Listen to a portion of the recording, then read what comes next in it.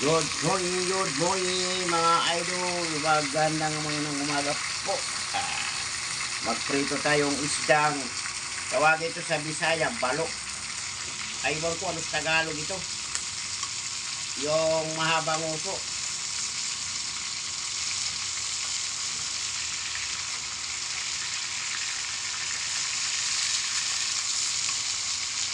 Ayun yun.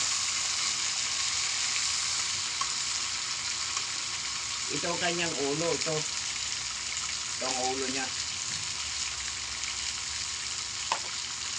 Isdang ano ito, parang diwit-diwit, pero ano ito malaman ito siya mga idol.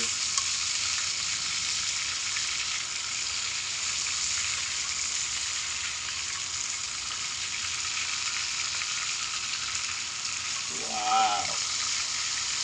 So ito ang ano niya ito ang kanyang katawan. Ito putol. Pritong isda. At masarap itong lagyan ng gulay o kaya lagyan ng sotanghon. Diba?